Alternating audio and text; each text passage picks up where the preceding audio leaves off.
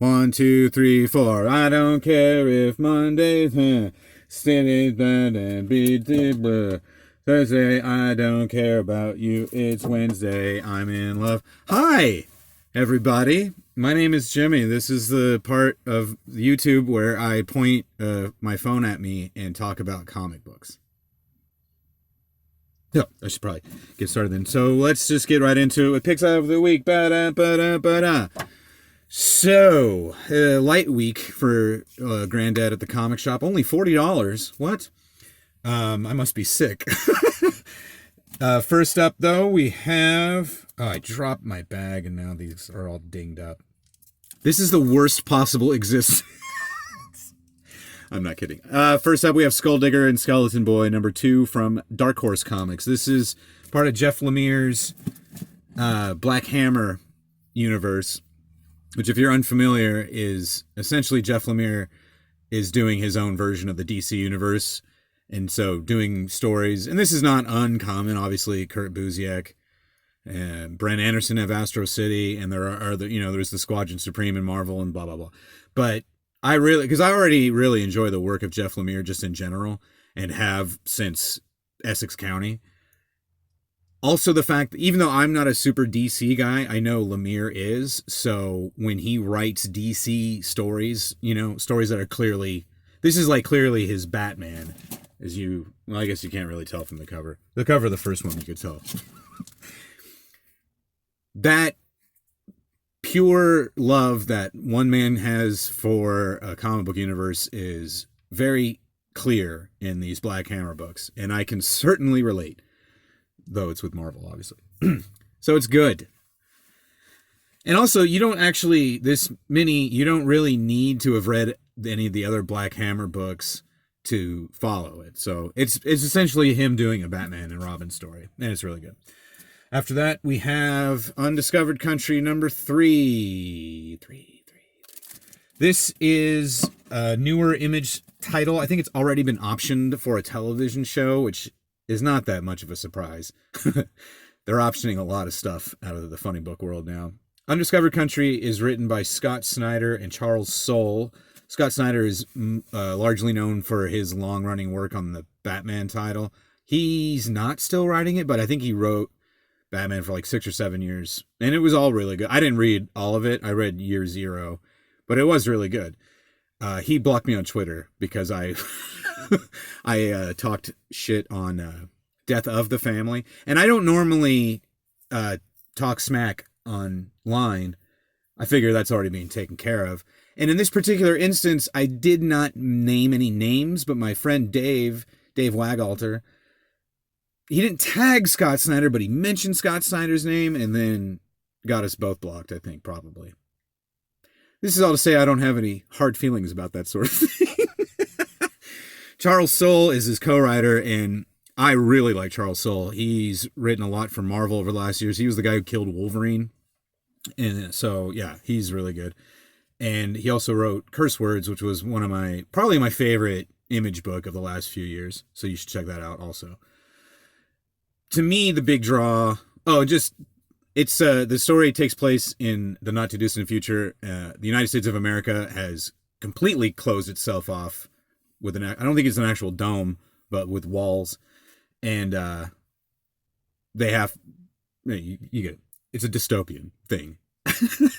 It's drawn by Giuseppe Camuncoli, who is one of the best comic book artists working today. There are a few books like this wasn't on my radar at all. This book, and then I think Warren down at Galaxy of Comics, corner of Louise and Saticoy in beautiful Van Nuys, California. Tell him Jimmy sent you.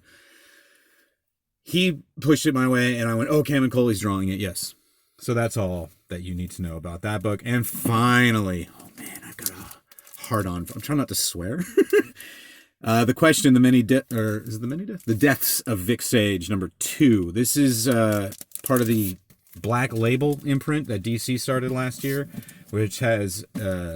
more swearing and some brief nudity, I think. It's like kind of like how Vertigo was. Except that it's like Vertigo, except the books are obnoxiously oversized. So you have to put them in a magazine bag. But The Question is one of my absolute favorite characters of all time. The very first comic book I read was The Question #1 from 1987. It was one of the first, it wasn't the very first, but it was the first superhero comic I'd read where I was like, whoa, this is so cool. So I've always had a soft spot for The Question, even though he's DC. This is another Jeff Lemire book. And so again, the script is without above reproach, without or above. And he also brought back Dennis Cowan and Bill Sienkiewicz to the character. And that was the run that I had read back in the 80s, was with Cowan and Sienkiewicz with Denny O'Neil writing. And look at this cover. It's a cowboy cover. I mean, I don't know what else you want. What else do you want? All right, so that was Picks of the Week. Ba-da, ba-da, ba-da. And then now we'll do Picks of Last Week. Ba-da, ba-da. Sorry. I'm trying to hurry because I want to read comic books. All right, so last week I talked about all-time comics, Zero Sys Deathscape #6, and it was a highly frenetic, wall-to-wall, action-filled adventure as I predicted. What I forgot to mention last week is that they got Trevor Von Eden to draw this. Trevor Von Eden was a big, big deal in the 70s, and they did this with the last series too. I think they got Herb Trimpe. No, he was dead by then. It still might have been Herb Trimpe, though, now that I'm thinking about it. Obviously, before he died. He doesn't work much since he died.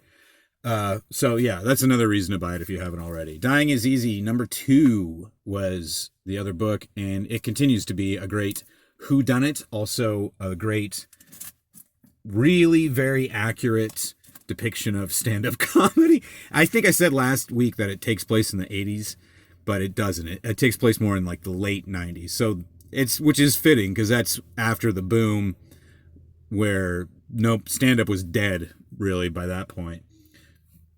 Hence why there's a murder going on. And then finally, speaking of which, Kill Whitey Donovan #2. This issue smoked. I had not read anything by Natalie Barahona. She's the artist. I don't think she had done any comic books, and when I looked it up last week, I don't remember bringing anything up, but super good art, very Eduardo Riso, and which is fitting for the tone, I think. Yeah, and this issue, our two heroines run afoul of some Confederate soldiers and then run afoul of some Union soldiers. So it gets a little sticky. What else have I been reading? Oh, that was Picks of last week. I also, this week, I finished reading the entire run of Punisher 2099. And if you're not familiar, Marvel Comics in the early 90s created an imprint called 2099 where they would put their most well-known characters 100 years into the future. Math was never my thing. And Spider-Man 2099 was really good, and it lasted the longest out of all those titles. And that character has stuck around if you saw the very end credits of Into the Spider-Verse. But the Punisher 2099 is awful. It's just wall-to-wall bad. And it's the sort of bad that I've really been into the last few years. Because I dropped that book back when I was a kid after 6 or 7 issues because it stunk. So reading it now is it's a lot funnier, but also I had to just and put it down. I couldn't do it in one sitting, is what I'm saying. I had a whole day, and I'm like, ooh, I'm going to read Punisher 2099. And I got like 9 issues in. I was like, oh, my brain is going to come out of my nose. That's how bad these comic books are. I feel like I had something else that I wanted to mention, funny books. But now it's probably for the best. All right, everybody. Thank you again for dropping by my walk-in closet. My name is Jimmy. I think I had a catchphrase from last week, but now I don't remember what it was. I guess I'll see you Wednesday. 2, 3, 4. Ba da beep ba ba ba ba. Do do do do do do. Oh no.